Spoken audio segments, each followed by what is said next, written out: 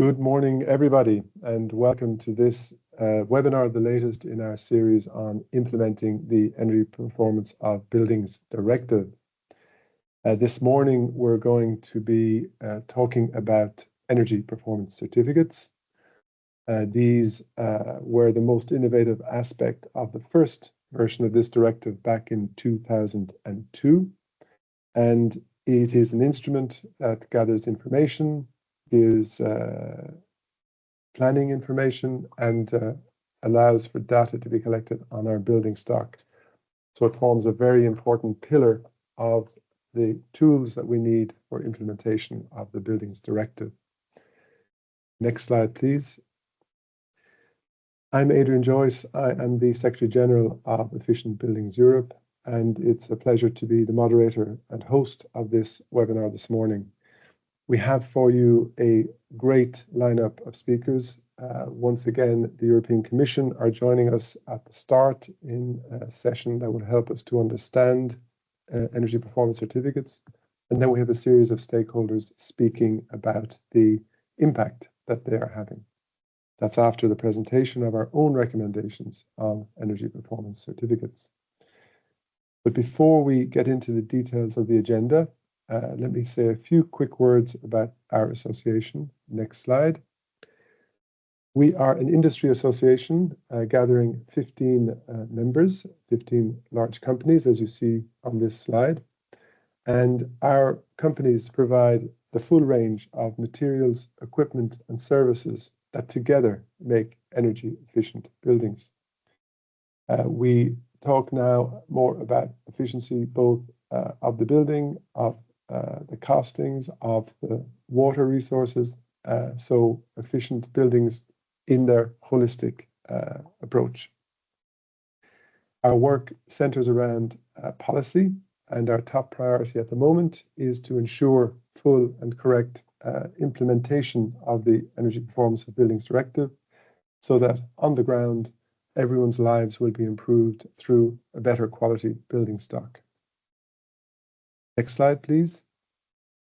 Our agenda today, as you will have seen, will start with a session where we help you to understand energy performance certificates. This session has two presentations, the European Commission. Delighted to have Pau Garcia Audi and Thibault Roy with us. And then my colleague Romain Faure, Policy and Project Officer, will present to you our recommendations for energy performance certificates. At that point, we will stop for a first question and answer session. And on this point, at any stage during the webinar, you are invited to put questions in the chat function. It is being monitored, and we will choose the questions to put back to the speakers. In our second session, we will take a deeper dive from some stakeholders with Katia Carvalho from ADEN in Portugal, telling us about the quality assessment system, followed by Fiona Felix from the Hans Grohe Group, who will talk about the role of water efficiency in building in energy performance certificates. And we'll finish with a presentation from Hungary, Aaron Hovart, who is going to talk to us about their approach to estimating energy demand through the use of energy performance certificate data. So an engaging, informative webinar lies ahead. And as I say, I hope you will both enjoy it, find it informative, and interact through the chat box. So without further ado, I am delighted to present to you Pau Garcia Audi and Thibault Roy, who together will talk us through the energy performance certificates as they are incorporated in the recast directive. Thibault, I see you'll be the first of the two speakers, so over to you. Thanks a lot, Adrian, and good morning to everyone. Thanks a lot for organizing this very topical webinar. It's great to be here, less than a year now from the deadline for the transposition of the EPBD recast, which is in May 2026. I will jump straight into our presentation. So if we can move to the next slide, please. Now, EPCs are such an important tool for driving the renovation wave. The meta numbers, if I can say, are not everything, but they still give a good hint as to their importance. There are 3.5 articles dedicated to EPCs, the half being Article 27, and there are also 2 annexes, as well as mentions in 15 articles in total in the recast EPBD. Now, Article 19 is about the criteria for the EPCs, together with the template in Annex 5. Article 20 is on the issuing of the EPCs, Article 21 on the display, Article 27 on independent control systems, together with the dedicated Annex 6. And I'll start our presentation with Article 19 and Annex 5, and Pao will continue with Articles 20, 27, and Annex 6. Now, next slide, please. This slide provides an overview of key changes across the articles dedicated to EPCs. Most of those are applicable already from the transposition deadline, meaning in May 2026. In the interest of time, I won't comment on them now. We'll cover them in the next slides. But there's one additional key provision which is not on the slide, which we will quickly develop upon in our presentation, which is that EPCs also have to be affordable, and that's a novelty in the recast. Now, what you can see in the box in the bottom left-hand corner on the slide is that the Commission has issued a set of a guidance document as part of an EPBD implementation support package with clarifications and practical recommendations to really help member states in implementing the recast. And that includes a dedicated annex on EPCs. Now, next slide, please. One of the key novelties in the recast compared to the 2018 EPBD is the new template in Annex 5. And together with Article 19 itself, it establishes a list of mandatory indicators, some of them having to be visible on the front page of the EPC, as well as a list of optional ones that member states can decide, of course, to make compulsory if relevant, if useful. Now, I won't go through all the parameters in the interest of time. You see some of the key ones on the slide. But in essence, there is now an additional set of criteria which have to be mandatory, going beyond the energy performance of the building to include operational GHG emissions or renewable energy generation on site, as well as, for example, contact details of the closest one-stop shop. What doesn't change is the validity period for the EPC, which is 10 years, although there are some novelties regarding those updates to already issued EPCs. And in addition, Article 19 now has a more detailed wording on the recommendations that have to be part of the EPC. Now, if we can move to the next slide. What you can see from this slide is that there is now a common scale applicable in all member states that EPCs will have to rely on from May 2026.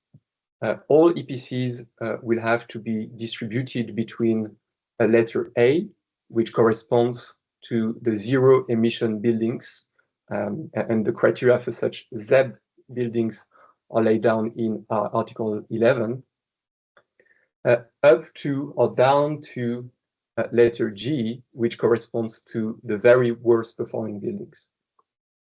In addition, member states can decide to have an A+ class, which is a building with an even lower energy performance, or energy use, so higher energy performance, and a building which contributes positively in terms of renewable energy to the grid.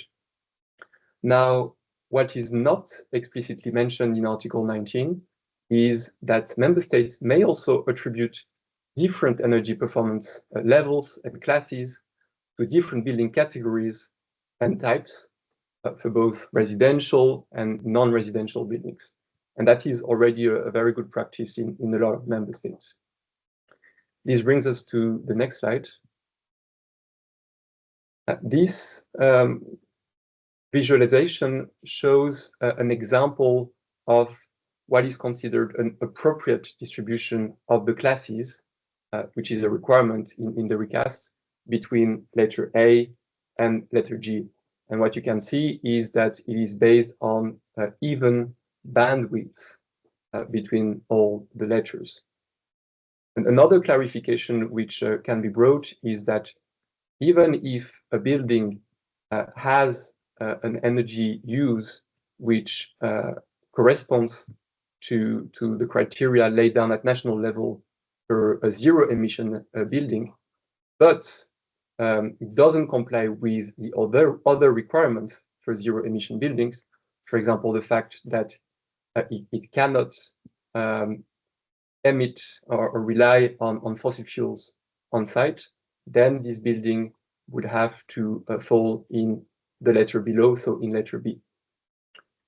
Now, moving on to the next slide. Regarding the recommendations to be part of the EPCs, there was already dedicated provisions on recommendations touching upon major renovations and recommendations for individual measures. So that doesn't change.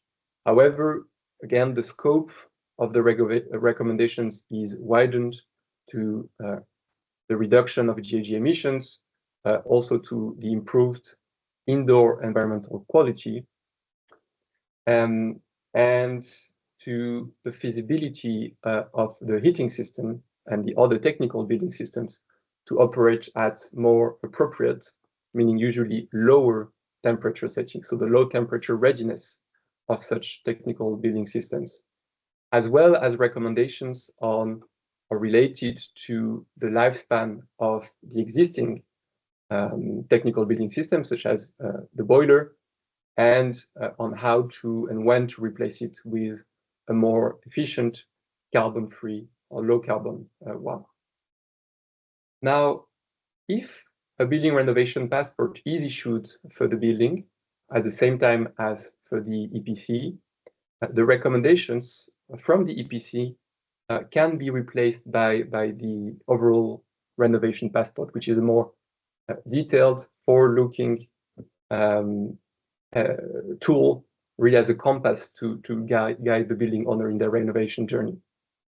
Finally, regarding the set of provisions in Article 19, there is what we think is a tool which can have a very positive, substantial impact, which is that owners of buildings with a low energy performance, meaning for this provision, letter D, E, F, or G, so below EPCC, will have to be invited to a one-stop shop after their EPC expires or 5 years after its issuance, in order for the building owner to receive advice on potential renovations. Next slide, please. And now this leads us to provisions on the issuance of EPC, and for this I pass the floor to Paul. Thank you very much. Thanks a lot, Thibault. So following on what Thibault has said, I'm covering the issue of EPCs and the element of independent control systems. So on issuing of EPCs, there are a few changes that may appear relatively small, but I believe they're actually quite important. The first one is a clear requirement that the issuing of EPCs is affordable. Member states can choose how they ensure this affordability, either by direct financial support or, for example, by controlling the price of EPCs. They are flexible to do that, but there is a requirement that they are affordable. This is important because we need to make sure that everybody that needs to have an EPC can afford it. The second issue is the issuing of EPCs. It has to follow an on-site visit, which may be carried out when it's appropriate by virtual means, and we provide recommendations on this in our guidance on how this could be carried out. And then there is also a requirement that all EPCs are uploaded in a database. This is currently not a requirement, but now we have this obligation to upload everything on the database. And this is compounded also by a requirement that these databases are publicly accessible and that the information on the EPCs is accessible for those that have a legitimate interest. And that could be, for example, the building owner or the tenant, but also financial institutions that have a mortgage on that building, because that's relevant for the reporting, for example, on taxonomy. Then last but not least, we also have an update on the trigger points for issuing of energy performance certificates. So new building and major renovations and sale, those were already there. But now also when the contract of rent for a building is renovated, we also require an EPC in that case. And then also we have the situation of existing buildings owned by public authorities. That was already a requirement. Next slide, please. Then on independent control systems, here I like to separate the independent control system in two aspects. The first one is the assessment of quality of the EPC schemes themselves, and then is the quality assurance mechanisms that member states use to ensure the quality of EPCs. On the assessment of quality of EPCs themselves, here we have a common objective. 90% of issued EPCs need to be correct. There is a common criteria for evaluation across the EU, and that's done through a random sampling. So member states take a random sampling of the total population of EPCs issued that year, and they evaluate the quality of that specific sampling. This provides flexibility for member states to respond to the structure of the schemes and how exactly they can do this sampling. We also introduce clear requirements in terms of controlling the issuing of EPCs and their presence in advertisement, and we provide recommendations on this on our guidance. And then last but not least, but I think it's very important, there is a public reporting element. At the moment, we don't have a lot of information about the level of quality of EPCs.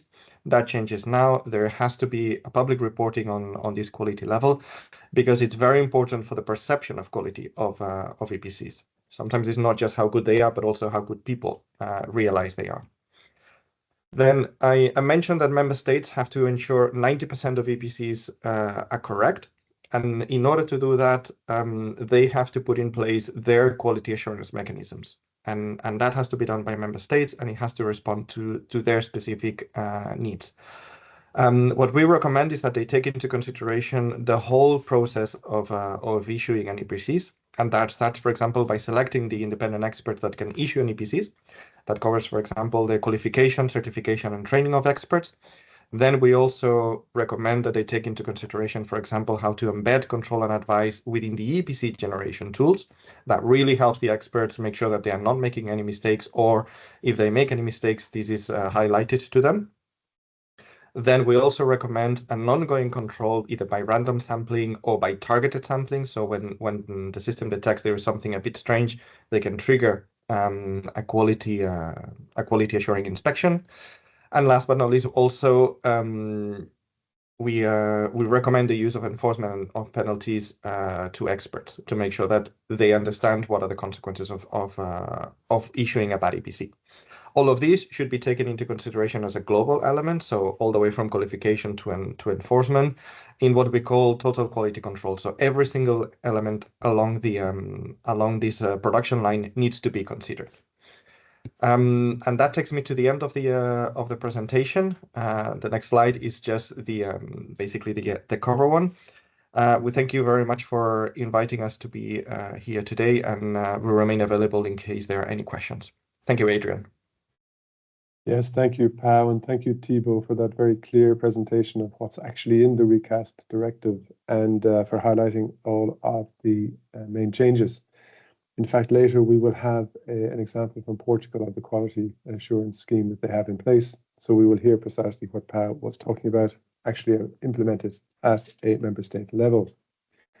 So now it's my pleasure to introduce my colleague, Romain Faure, from the Efficient Buildings Europe Secretariat, who's going to present our recommendations on EPCs. Over to you, Romain. Thank you, Adrian. So we can move to the next slide. So now that we know everything that there is to know about the provisions within the text on EPCs, I will present to you, as Adrian said, our main recommendation from our implementation guide that was issued last year in November 2024.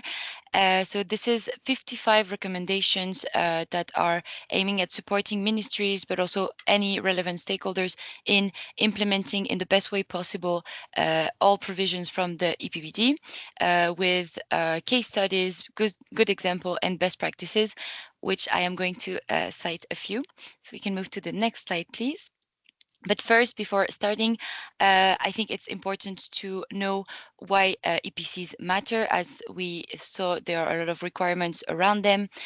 So first, it is a tool for government and any relevant authorities to facilitate the long-term decarbonization of the building stock, but also it is a tool and an instrument to monitor their implementation progress to realize what is in the building stock, what kind of performance we have.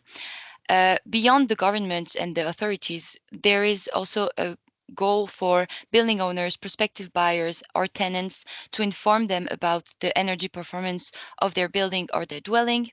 And beyond just the information, it is also a tool to empower them with a roadmap to improve energy performance in link with the renovation passport and with the cost-effective recommendation that any building owner can take to improve their EPC.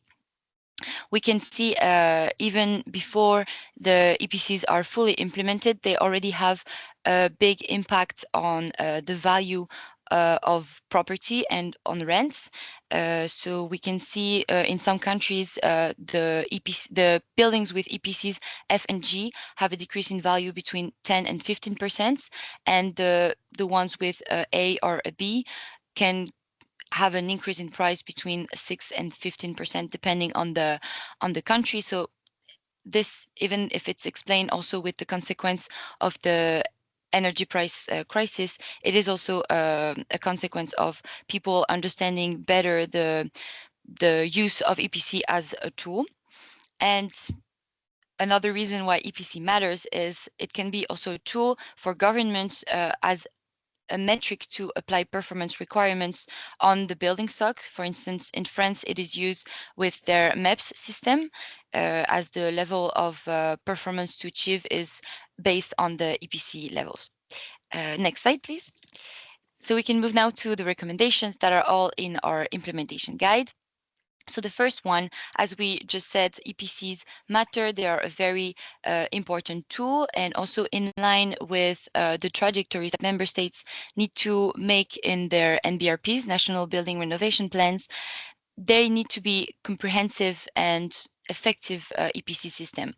So that's why we recommend for a rollout of EPCs across the whole building stock, and they should be, as they are in some member states, compulsory at trigger points. So this can be change of ownership, change of rent, change to the cadastre. This will encourage the rollouts across the whole building stock. And according to our recommendations, by 2030, all buildings should have an EPC. This can be also financed through the Article 8 of the Energy Efficiency Directive on energy poverty and energy saving obligations, targeting with the measures that member states can take to target vulnerable groups on energy poverty. Also, as Thibaut already mentioned, it's important to distribute buildings evenly across classes. This will give a quick idea for government on which buildings to renovate first.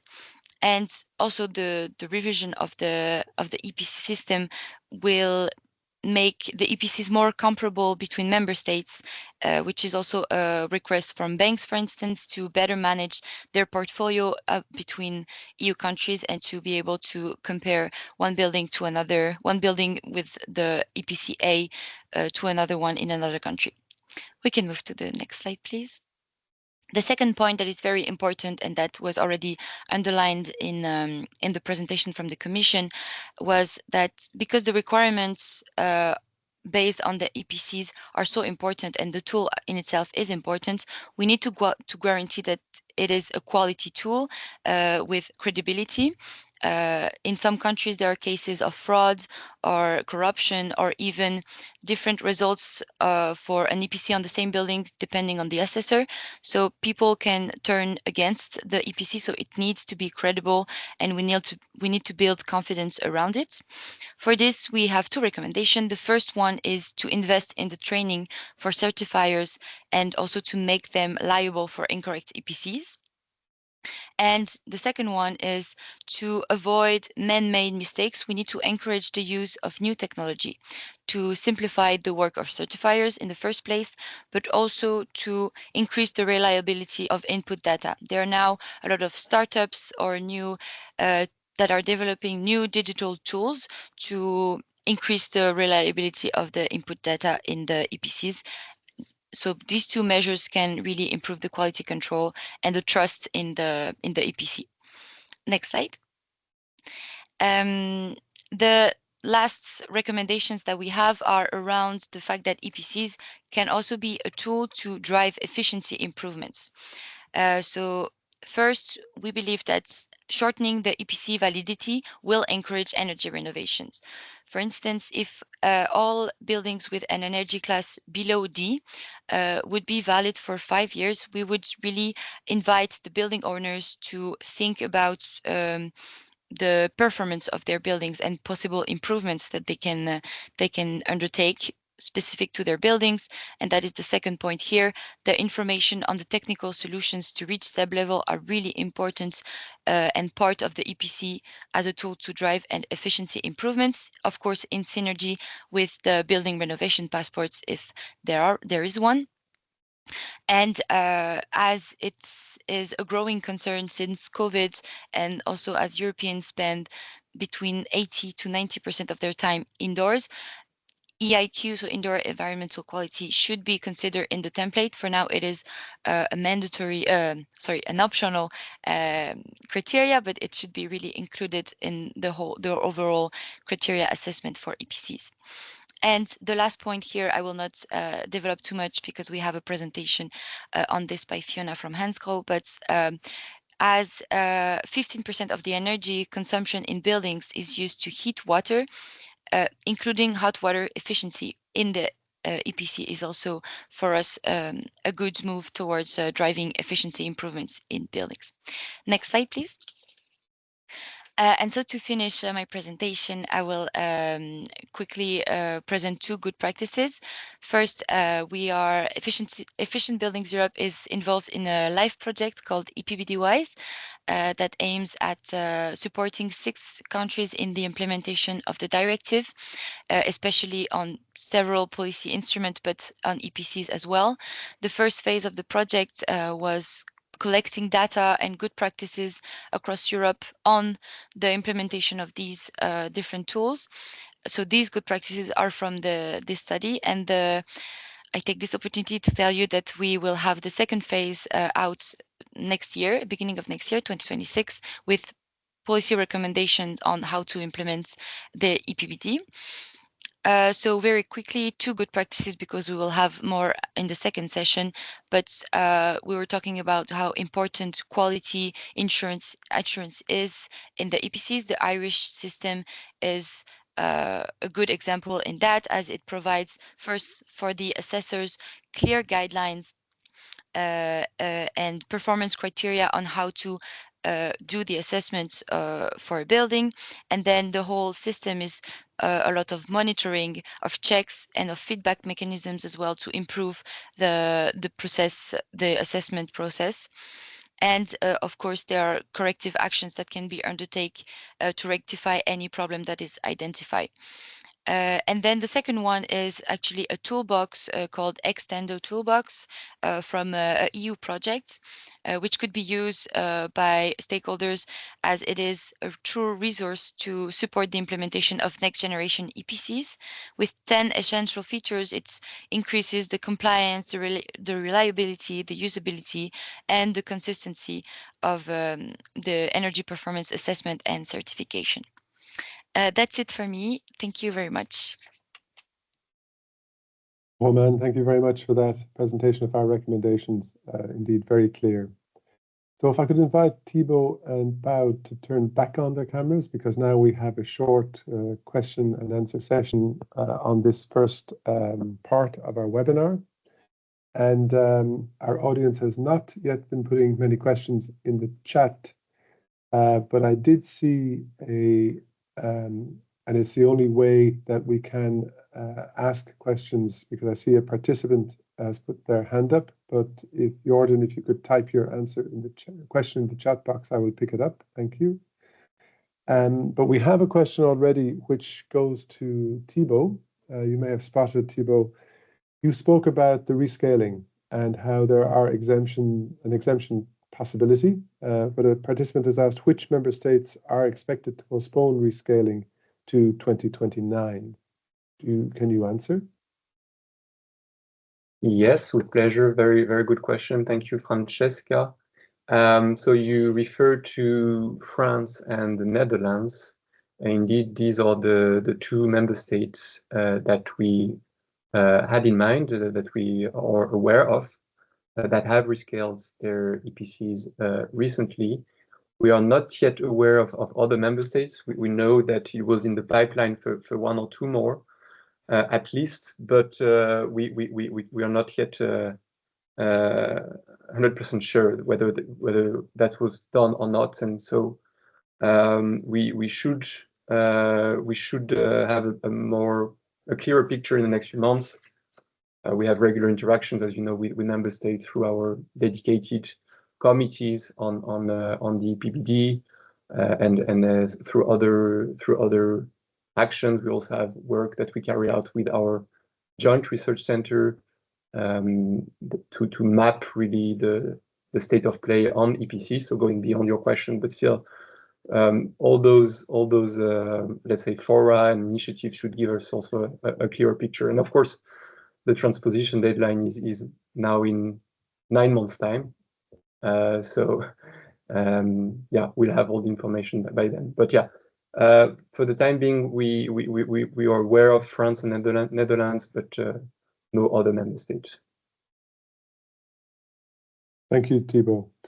And I see another question, I don't know if it's for you or for Pao, that says, is it an option for a building owner with no energy performance certificate to get a display energy certificate instead? And maybe that's an opportunity to say what the difference between the two is.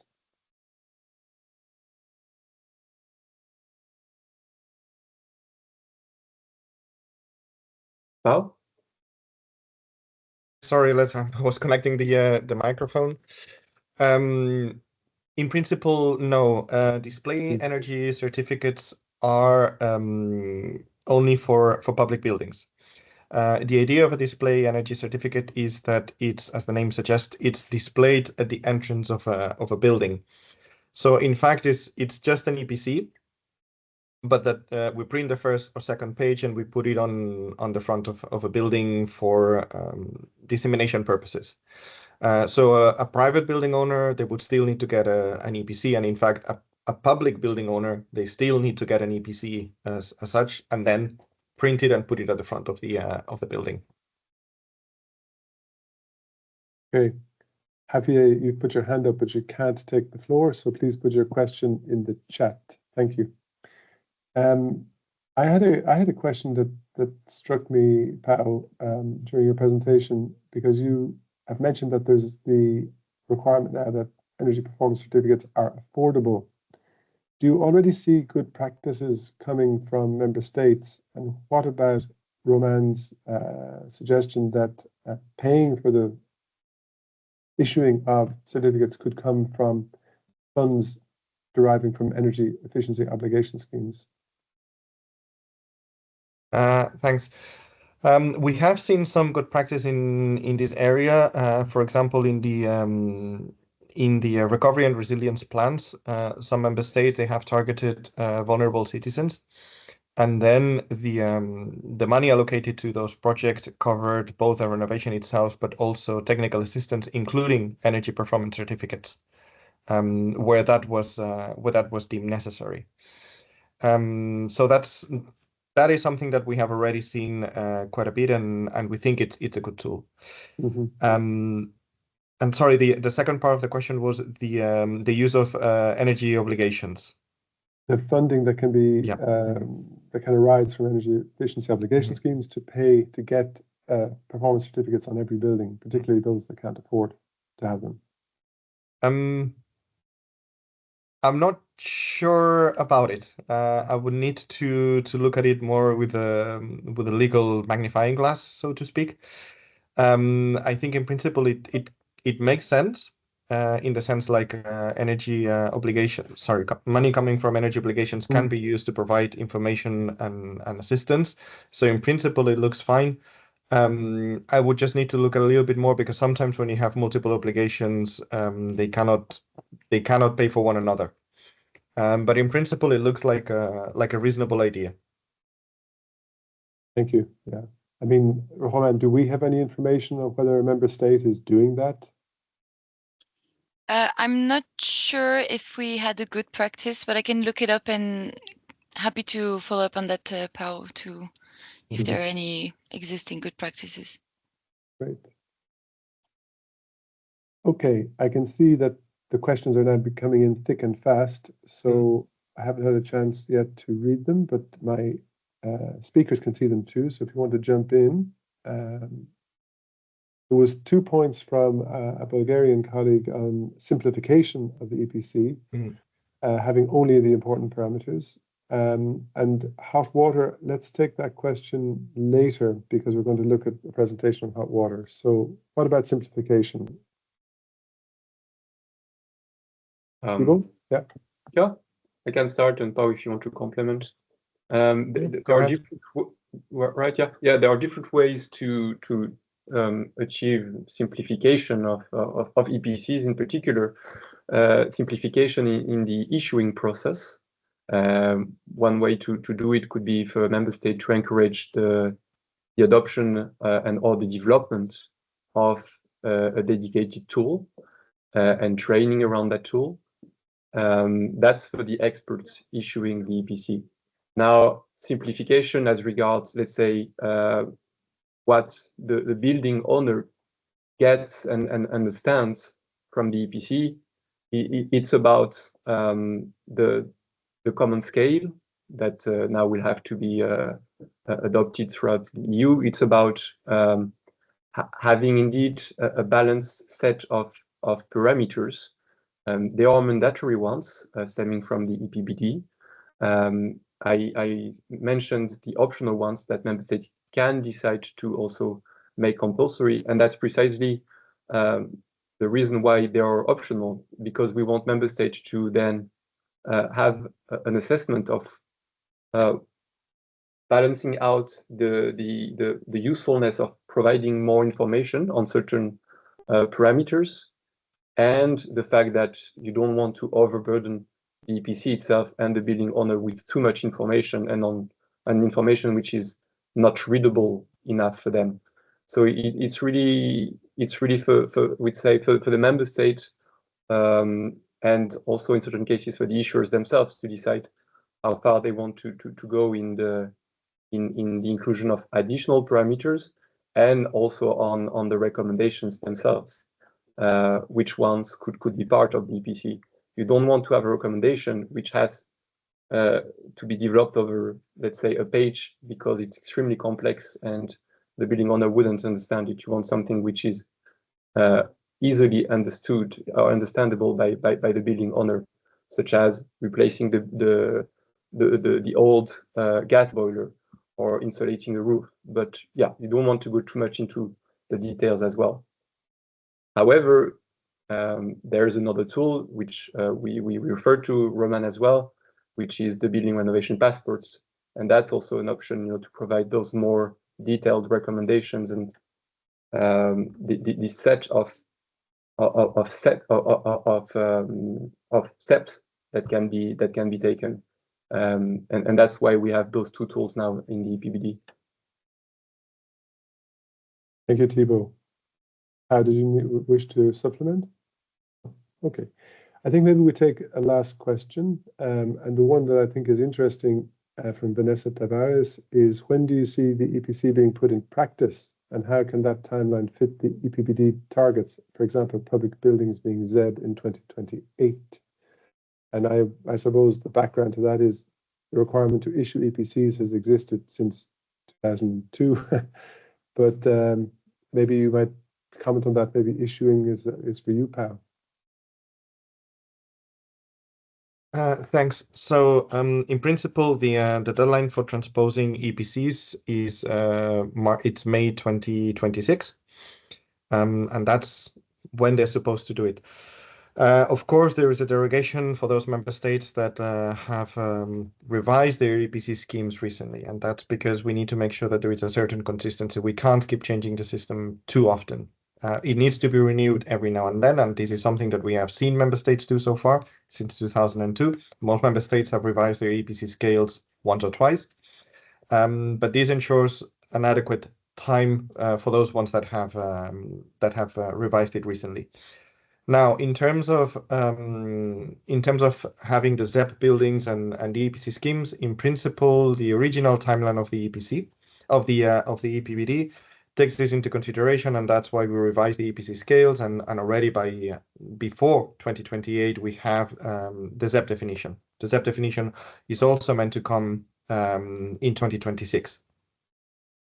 Now, for those member states that will revise the EPC scales at a later stage, I think we've identified a couple of member states that are most likely going to do that. But for those member states, the requirements kind of separate. So they will still need to make sure that their public buildings are ZEP rated. For that, there will be a definition. It's just that probably up until 2029, when their EPC scale is revised, it will not be exactly the same. Meaning the EPC will not be an A. It may be still based on the old scale. It may be an A++++, I don't know, something like that. Or it may be whichever rating is equivalent in the current scheme. And then once the system is updated in 2029, then it would be an EPC A, which is equivalent for ZEPs according to the definition. So there is a possibility to kind of like separate these two requirements for a little bit of time. It doesn't mean that the ZEP definition will be delayed. No, the ZEP definition has its own deadline.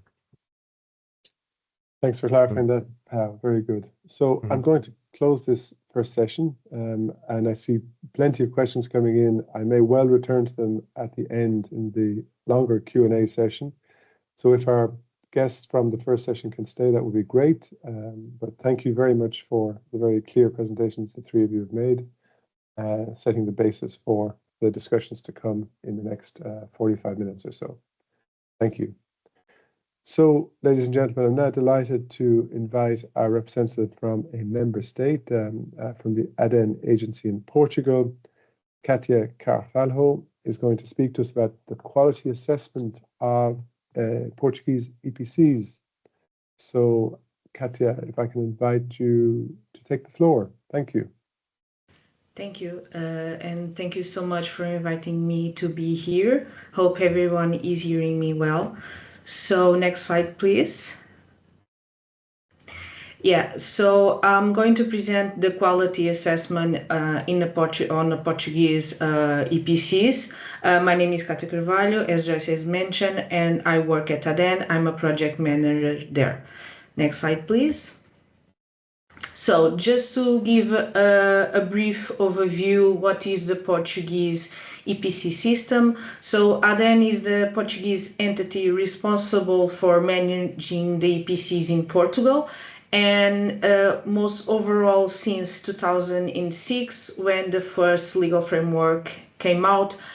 Since then, we have pretty much on our database 2.5 million EPCs issued, with around 2,000 qualified experts.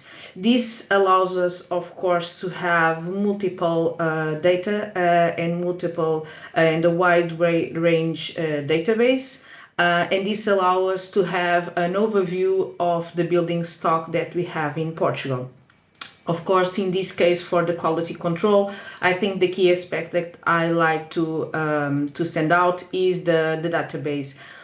Since from the beginning we ask a lot of inputs for one EPC, this allowed us within time to have a database that we can control, and we can spot red flags and spot information that is important to control the EPCs. Just to be mindful for each EPC, we ask about 300 variables per building. So it's a lot of information. This was not done in the early stage, but since the EPCs evolve in Portugal, this came out as a strong reliability data input that allows us to have a good control on the EPCs. Next slide, please. So to give a brief overview on how the quality control on the quality assessment is established in Portugal, it's just a very simple scheme. So first of all, we have the legal framework, and on this legal framework, we have the methodology and the criteria used and defined by the Director General of Energy and Geology, with the DGG, which is the national public entity responsible for energy. And we alongside, we ADAN and them alongside them, we define the methodology and the criteria for this quality control. This, of course, is also aligned with our national legal framework and, of course, the EPBD requirement. After this, an EPC expert issues an EPC and that the homeowner needs, and after the issue of the EPC, the building owner will pay a fee. This fee and this revenue is paid by the homeowner, and this revenue comes directly to ADAN, and these funds help the EPC system to manage itself. So with this money, ADAN is able to have a quality control, improve the EPC database, also to help on the Q&A that we do by phone and by email, and support all of the quality experts and also the homeowners. So continue doing system improvements and ongoing monitoring of the EPC system. This scheme is a self-funding scheme, so we receive the fees that the homeowner pays, and we improve the system and do the quality control and overall all the system of the EPCs with this money. Of course, on the quality verification, the process checks the data on the all EPCs, enter on the online platform, and also the documents that support the EPC. And the verification is done by different, is triggered by different experts. First of all is random sampling, and after this we have complaints from owners, tenants, or other stakeholders, or a request from authorities. We have a missing word, sorry for that. Request from authorities. So this is overall the scheme of the quality control. And on the next slide, please. I get in more depth what is the 4 stages that we have on the quality control. So we have different stages, and these stages comes and goes from a simple way to a more detailed way. On the first stage, we have a site verification before the EPC is even issued. And then we'll accompany the expert to the building inspection and collect the data, and then compare the data that the quality expert will input on the EPC system, and compare this data. This is triggered sorry, mainly in the first time, for example, the first time an expert does an EPC, this will help them, guide them, and take some questions and solve some problems that they may have. Of course, this will also be triggered when we see fit and when ADEN sees that there is custom to do this verification. After this, we have an aggregated verification. So it's a more detailed one where ADEN verificates all of the documents, and we pre-select some parameters. And after this, ADEN will provide a report and recommendations to all the technicians and the technicians involved, and if we fit, they may have to alter some parameters that they have entered on the EPC. On the more detailed level, we have the summary verification, where we have a technical analysis of the documents, of the content that was submitted, and also in some cases we can accompany the expert within a visit to the building and also to check the technical systems. In this model, we have a close, direct interaction with the technician to solve any problems that we may see that need to be corrected. On the detailed verification, which is the more detailed one that we have, so we take all of the information and all of the data and all of the documents that the expert has inputted on the EPC, and we almost replicate all of the methodology that they have done to simulate the EPC, and then does all of this simulation all over again.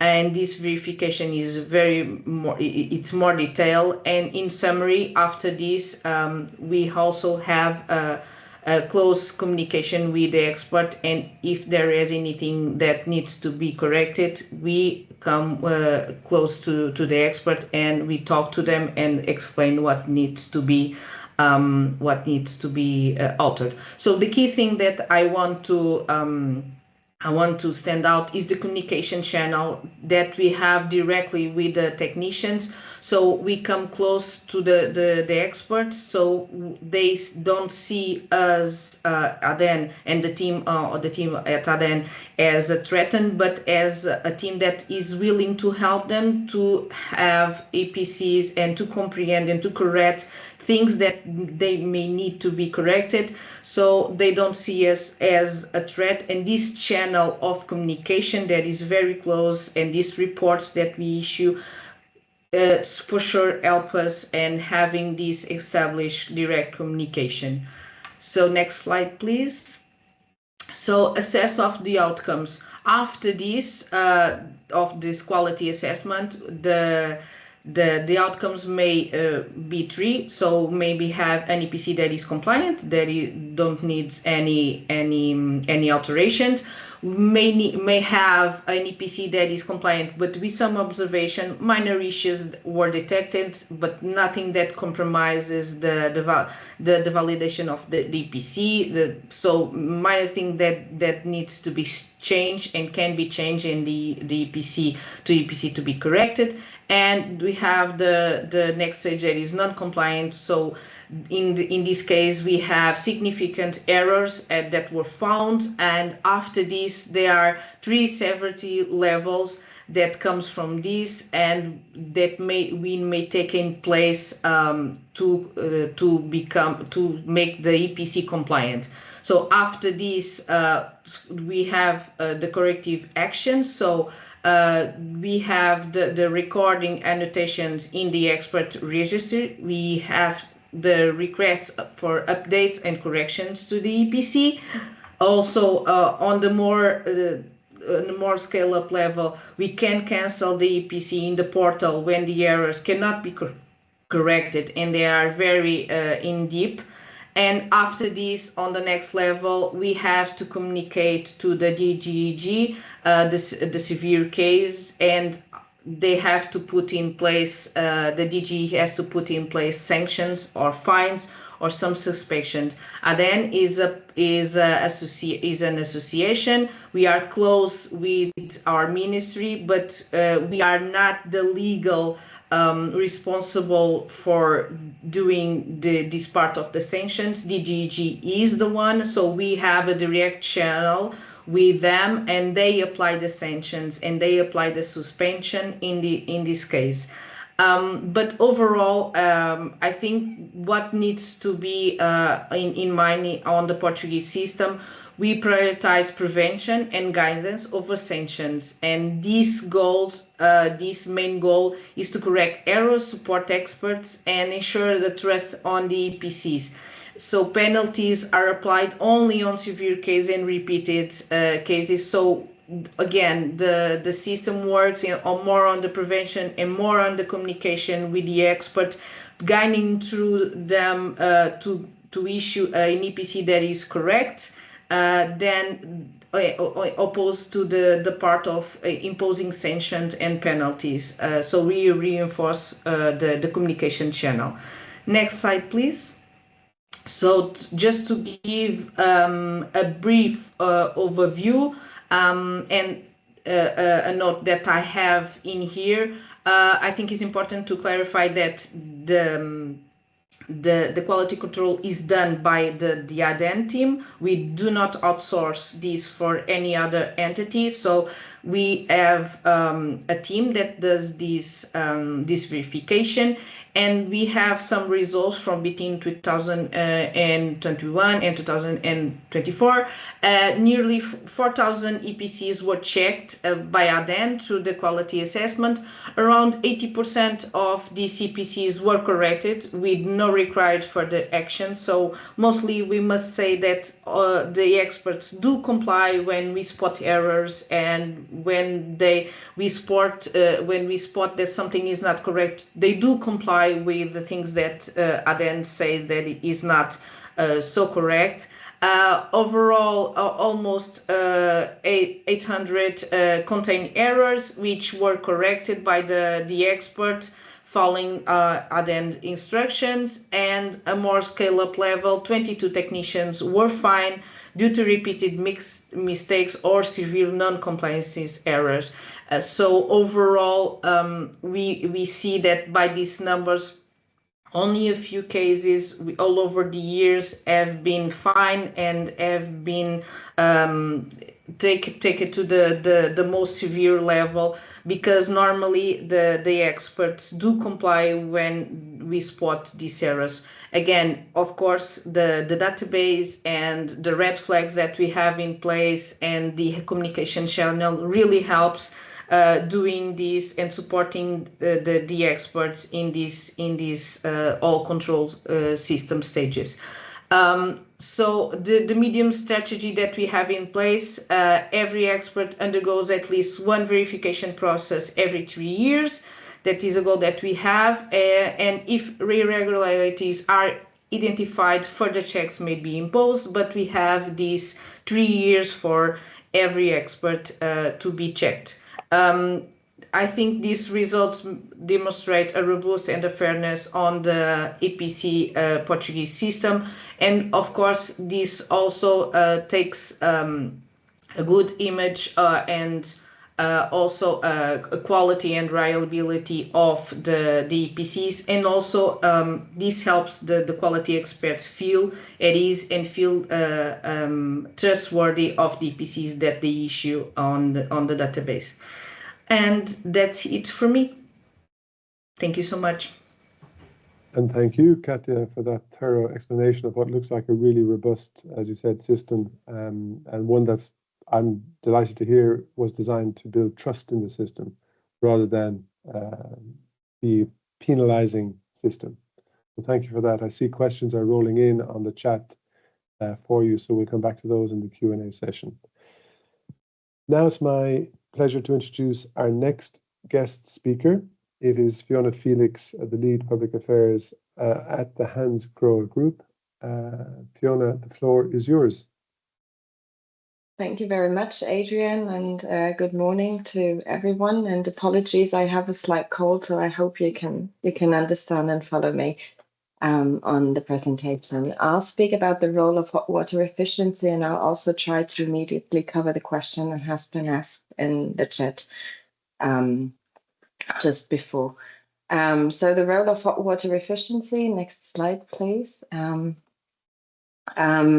is about setting the scene of water and energy performance of buildings, because domestic hot water traditionally hasn't been considered as a lever to improve the energy efficiency of buildings, and that is now something that can change in the future. So this will be my first aspect.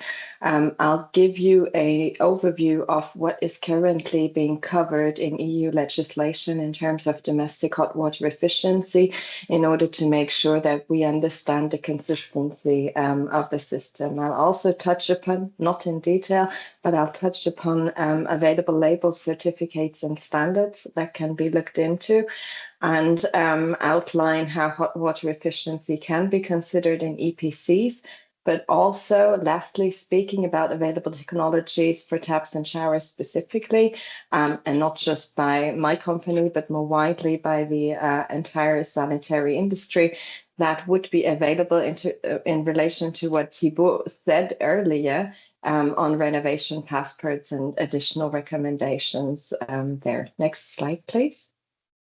So if we look at hot water efficiency, we first need to look at the energy consumption of households, and on average, Roman mentioned it before, this represents 15% of the energy consumption of households. Now, considering that the building envelope is being improved and the heating system is being optimized, the relative share of hot water efficiency will increase. Obviously, the absolute share won't, but it is important to note that this is an increasingly important lever in order to improve the overall energy performance of a building, and energy performance certificates can play a role in that context. So the German Energy Agency, DENA, in 2024 has commissioned a study with ITG Dresden to calculate the potential of overall energy savings in terms of annual final energy consumption, and this can amount to up to 6% of the overall energy consumption just by replacing existing taps and showers, if you consider deep renovations or renovations, and new buildings that are being, and new buildings. So this can amount to an overall very rough estimate of almost 500,000 terawatt hours per year for the entire European Union. Next slide, please. If we look at hot water efficiency in EU legislation, the EPBD is not the only area where we can see it being covered. Energy performance includes energy demand for domestic hot water, and the methodology to calculate energy performance must consider domestic hot water supply. EPC recommendations shall consider the assessment of domestic hot water systems, and as previously mentioned, the assessment of whether they can operate at lower temperature levels. The EPCs may also include domestic hot water as part of the recommendations. If we go a bit deeper into what Pau and Thibaut previously mentioned, the available guidance documents, we can see that in relation to the common general framework for the calculation of the energy performance of buildings, we must not consider user behavior. And that is something I'd like to elaborate here in relation to water efficiency. Because the technologies that can be considered for the calculation of the energy performance of buildings in relation to hot water are not depending on user behavior. So they're entirely independent and permanent technologies that are permanently installed in the building. If an independent expert can identify the presence of products that permanently reduce the water flow, and as I said, that are permanently present and not influenced by user behavior, their performance can be determined by labels, certificates, or also product data sheets. The calculation can consider a reduced energy demand for hot water supply. So that is in theory something that is possible to be done, and that is not currently being done in many member states. We can also see the inclusion of hot water, domestic hot water efficiency in the EU Taxonomy Climate Delegated Act, with construction of new buildings and renovation of existing buildings, having criteria on DNSH, so do no significant harm, with exact flow rates being determined for wash basin and kitchen taps that need to be at a flow rate of 6 liters per minute or lower, and showers of 8 liters per minute or lower. If we consider the installation, maintenance, and repair of energy efficiency equipment, we could even have a substantial contribution through those technologies, but all of the aforementioned the faucets and the showers would have to have a flow rate that is at 6 liters or lower.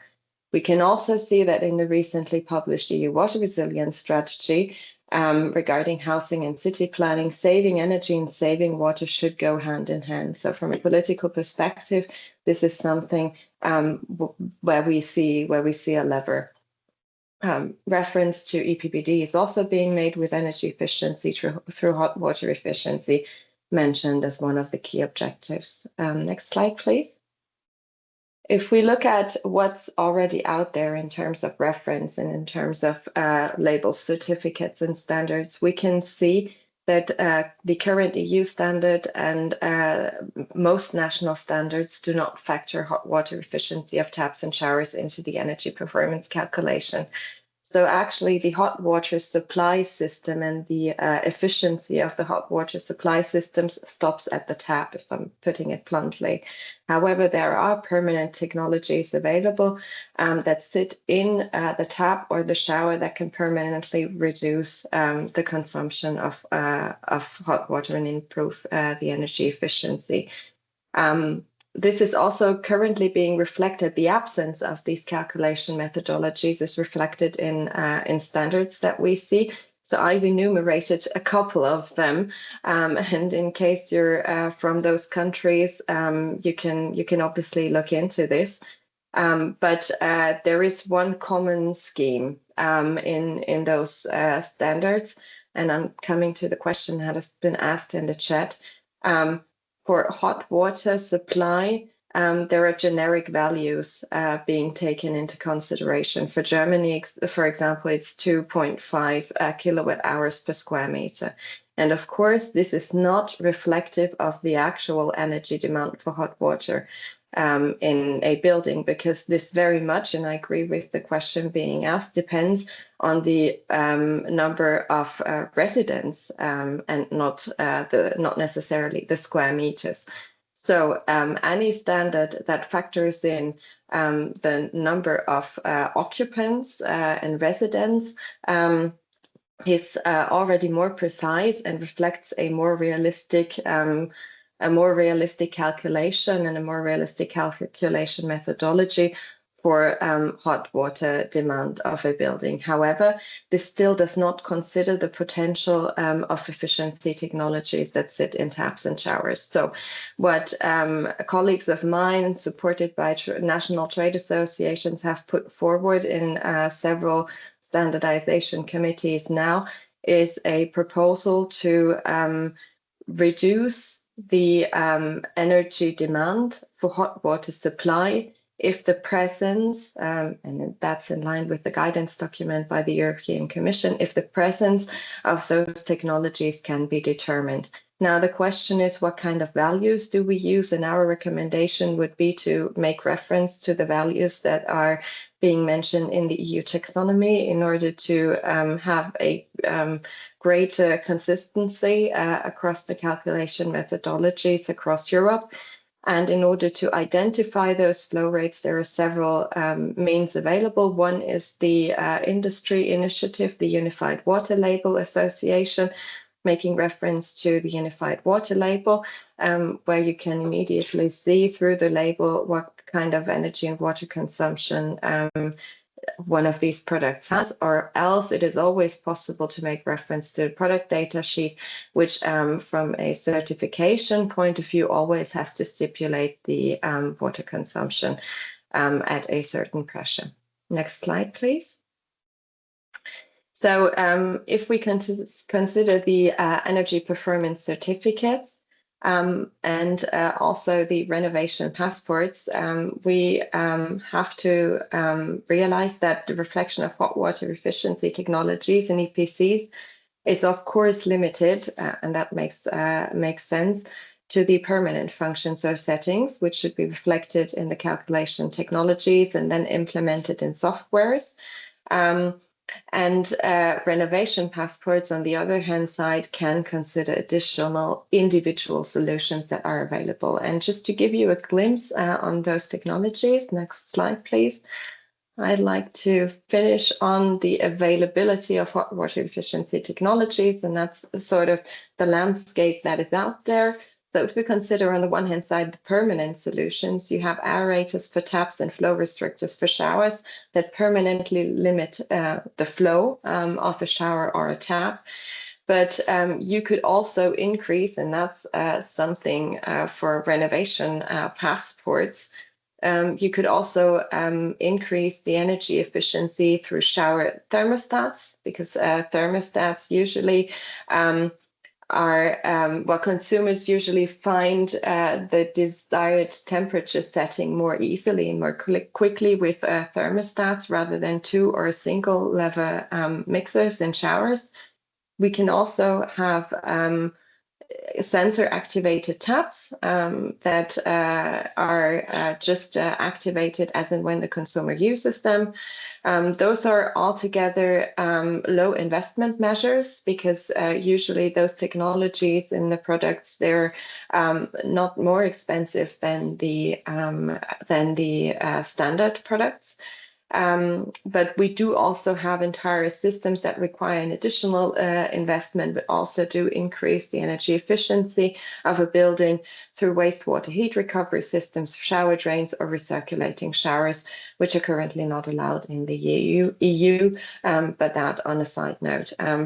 There are also technologies available where manufacturers try to influence the behavior of consumers, but that is not relevant in the current context. But the idea was just to provide you an entire landscape on this. There was also one mention that I would like to pick up in the, from the chat on the question of, let's say, how skilled do energy advisors have to be in the future to factor all of that in.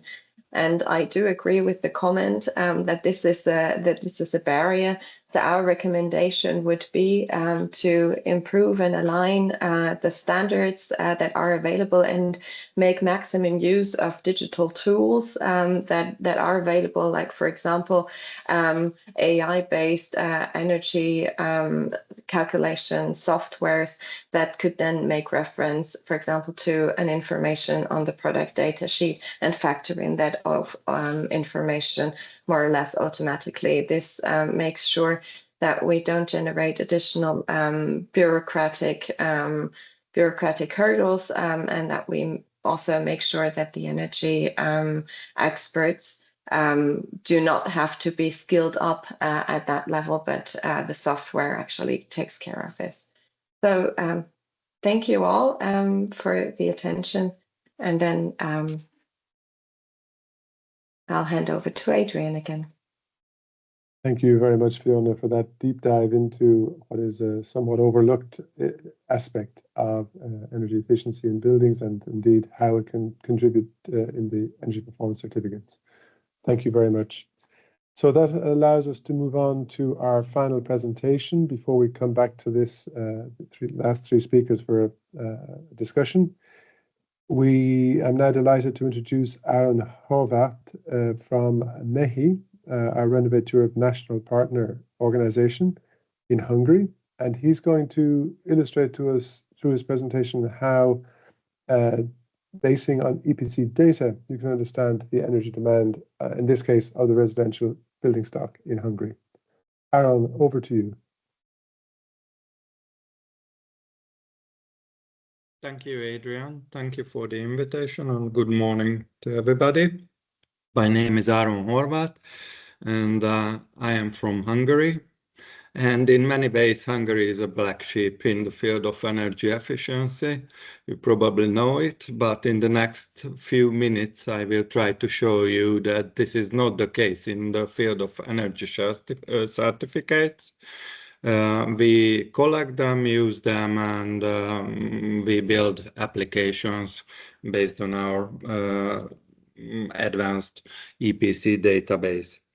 As we had the presentation from Katja from ADEN on the EPC quality assessments, during this presentation, I will take the quality of the database as given, and I will put the stress on the application and usage of the Hungarian database. So I think please move to the next slide. Our EPC database currently covers approximately 1/3 of the residential real estate stock of Hungary, which is quite an advance. But the problem is, as one of the commenters put it into the chat, that this is not a representative database, of course, because issuing an EPC or producing an EPC is mandatory in the case of selling or renting the building. We have two territories highlighted in this table, which covers the Hungarian regions and the settlement size. So, of course, on the one hand, the example of Budapest, the capital, we have this number shows that 19% of the individual residential real estate stock is visited by an expert, and we have EPC relating to that stock, and this number is even higher, became even higher in the previous 2 years after the rescaling the EPC system. And on the other hand, we have less than 10% of the building stock certified in a poorer region and in smaller settlements. So if we want to estimate something about the entire residential real estate stock, we have to use data applications. And based on this database, the EPC database, we started relatively long work in the Central Statistical Office. We have a working group on energy efficiency, and we processed the database with the detailed characteristics, and we connected this database, the EPC database, with other databases. We have two examples here. We have a joint database with the census itself. The census covers a few characteristics of the building, for example, the construction year, the material of walls, and even some on the renovation, completed renovation works. And we have other example from the stamp duty database, where we can connect the EPC data with the transaction prices of the real estate. And based on this huge databases, we try to have applications. And during my presentation, I will give you 3 examples from 3 fields. And if you're interested in the more technical details, they are published. So I can, it's also shared, I think, in the presentation itself. So let's please move to the next slide and look into the details of the statistical work based on this EPC data. So we have these two joint databases. The upper one is connecting the EPC data with the census data, and we try to predict or estimate the primary energy demand of each building based on the census characteristics of the building. And this figure shows that the estimation is relatively works fine. So nearly of the estimated values are only one category of the real and real EPC category. So if we only know the census characteristics of the building, in 80% of the cases, it gives us a relatively good estimation of the energy performance characteristics of the building.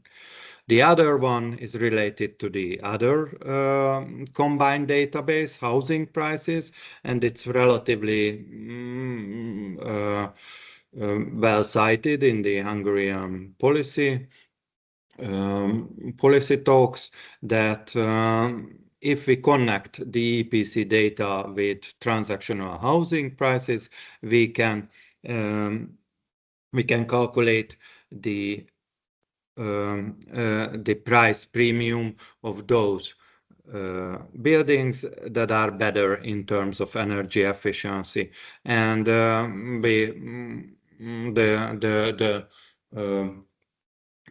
this figure is about the premium relative to the category F in EPC, and it shows us that relative to category F, there's a premium of close to 25% in the category B of the EPC. Okay, thank you. And please move to the next slide. And it is my first example of the application of these two combined databases and the statistical work. And this comes from the policy field. And this is about projecting the energy performance status of the whole Hungarian buildings.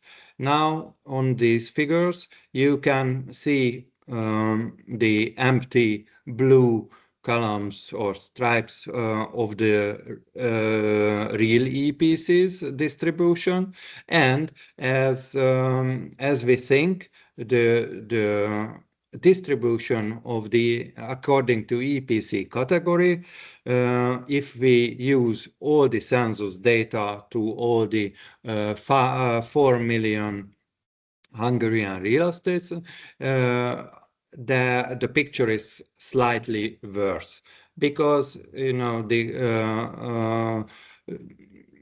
the situation is that we have worse buildings in terms of energy efficiency that are not on the market. But based on census data, we can recognize them, and based on our statistical work, we can estimate the complete distribution of the Hungarian real estate stock. So this is something that probably interests the policy, and it's widely used now in policy papers.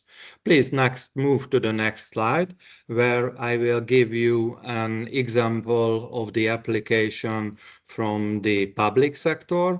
It comes from the financial sector, and it is related to the taxonomy itself.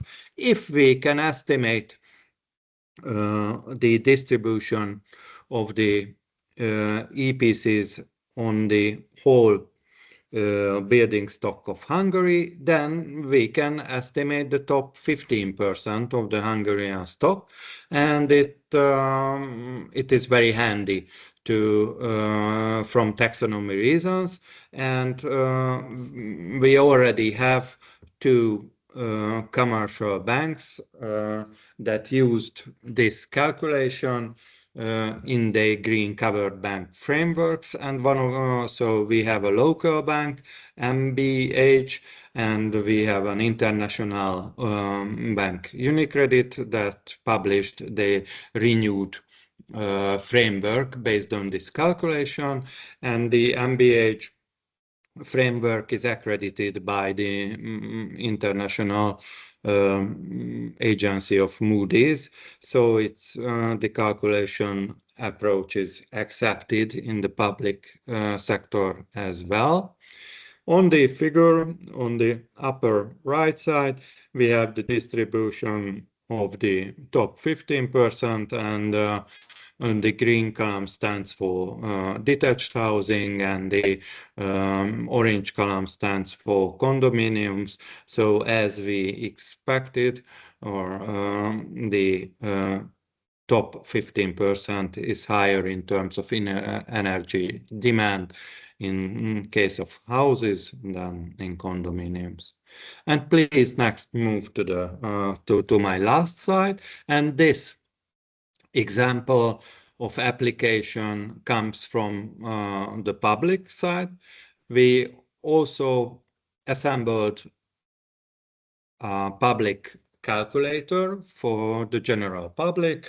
Then they can fill some quite simple questions regarding the real estate, and based on these characteristics of the user's building, like insulation and construction year and floor area, they will have as some recommendations and calculations of the renovation as a result of the renovations, and they can play through the various methods of renovations like window change, heating modernizations, insulation, and combining these renovations, and the calculator gives back the new energy demand of the house, the saved energy as a result of the planned renovation, and the saved costs based on the renovations. And it also gives some eligibility. The home renovation programs are opened in Hungary, and the funds can used for the renovation. So this example is also based on the calculation that we put on the EPC database, but this application goes to the general public. So thank you for your attention, and that was my all slides. Thank you, Adrian. And thank you, Arhan, for that very eloquent demonstration of how valuable EPC data can be, and how mixing with other available data sets, very valuable information can be derived. If I could ask Katja and Fiona to turn back on their cameras, we have a few minutes left to take some questions, and thank you to the audience for being so good at putting questions up online. I've just jotted down a couple. Before I go into the questions, just to say to the audience, yes, the presentations will be made available afterwards. For Katja, there was a question. There are two that I picked up for you. One, I think it wasn't clear to everybody, is ADEN a public body? And where does the money flow goes? Do the homeowner, the building owners pay you and you pay the certifiers, or do you have some kind of, what's the funding model? And the second was, how do you make data available considering GDPR rules? And that was in relation to someone who thought that you couldn't say if the building was badly performing. But I think whether it's well performing or badly performing doesn't matter. So maybe you'd like to just talk about those two aspects. Yeah, for sure. So on the part of ADEN, ADEN is a non-profit association with a public interest. So we are association with no profit, but we are very close to the government and to the ministry, and we rely on the supervision of the Ministry of Environment and Climate Action. So we undergo on this umbrella that the public entity goes, and we have to comply almost with every rule as a public body has to. But we are a national agency and we are a non-profit association.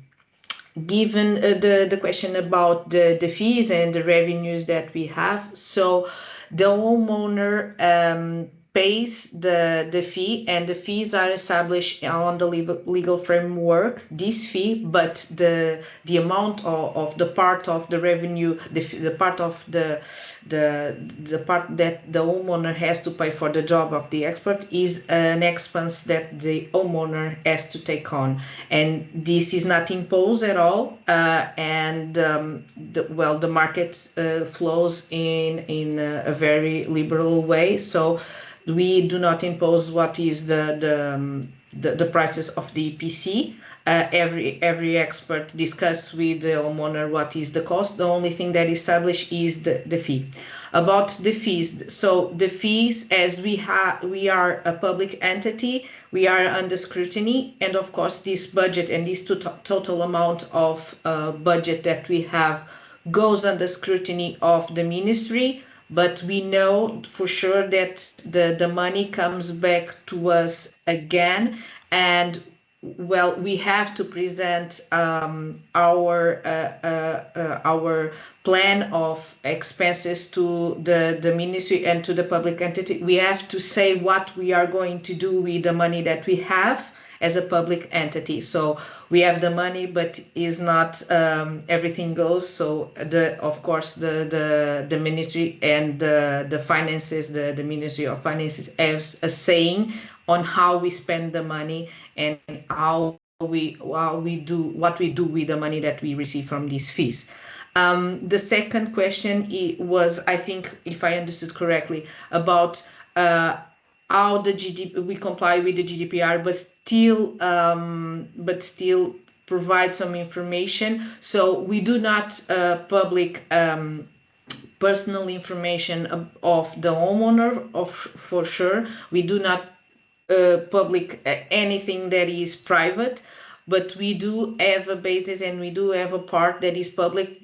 For instance, you can know what is the classes of the building, and this is publicly what is the class of the building, and that's pretty much it. We don't provide a lot of private information, and I know this is taking steps to be improved and to have more technical information, but overall what we do provide for the public interest is the classes and some really standard information about the building.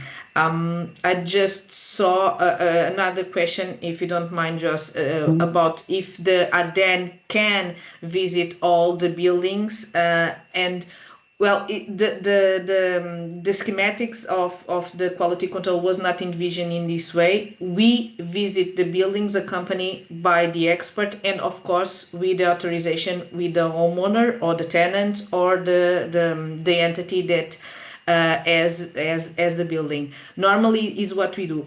In only a case that the expert is not available at all, only in that case, and this is normally not done, we go on the building without the expert. But the point of the visit is for the expert to be accompanied by us and to be almost like something that is fruitful for everyone, for the homeowner, and for instance mainly for the expert, of course. So these site visits have this educational purpose, and not at all that we normally don't inspect the building by ourselves. Mm-hmm. And I understand you can't get to every building, but it's a selection of certifiers that you accompany. Yeah, So, yeah, we can normally we do ask for authorization and the buildings for the owners, of course, but normally we can companies normally we don't have any problems because people understand that we are doing a work that is good for the system and can make the EPCs most trustworthy because they already paid for the work. Say they do want the work to be good and they do want the work to be done in a correct way. thank you, Katja. I see we've run over time, so I don't want to drag on too long, but there was one question that did interest me, Fiona, very briefly. Someone asked why a recirculating shower is not permitted in the EU. And I think maybe I'm a technical guy, so maybe I'd like to hear the answer too. Yes, of course. So recirculating showers are regulated by the Drinking Water Directive, and the Drinking Water Directive stipulates that for other domestic purposes, and in many member states, the interpretation of that is including physical hygiene, drinking water is required. So that is the reason why it has traditionally been difficult to provide a national regulatory framework that would allow for sale of recirculating showers within the European Union. This is different in many other international contexts, for example, in the USA or in South Africa and Australia. All of this would be possible. Of course, making sure that there is no mix of systems with the drinking water and the non-potable recirculated water. Thank you, Fiona. So I think I'm going to draw the webinar to a close. Thank you, Aaron, Katja, and Fiona for this second part. Thank you to the audience for attending and being so good in the chat. And thank you to Thibaut Roy, who's been diligently answering the questions in writing while the Q&A session has been going on. So just before I leave you, please scan and stay tuned to our LinkedIn page through the QR code on your screens, and keep your eye on your emails for the next in the series, which should be on indoor environmental quality and will happen before the end of the year. So once again, thank you for your attention. Thanks to our great speakers, and yeah, look forward to the next one already. Have a good day. Bye. Thank you. Thank you. Bye. Bye-bye. Thank you. Bye.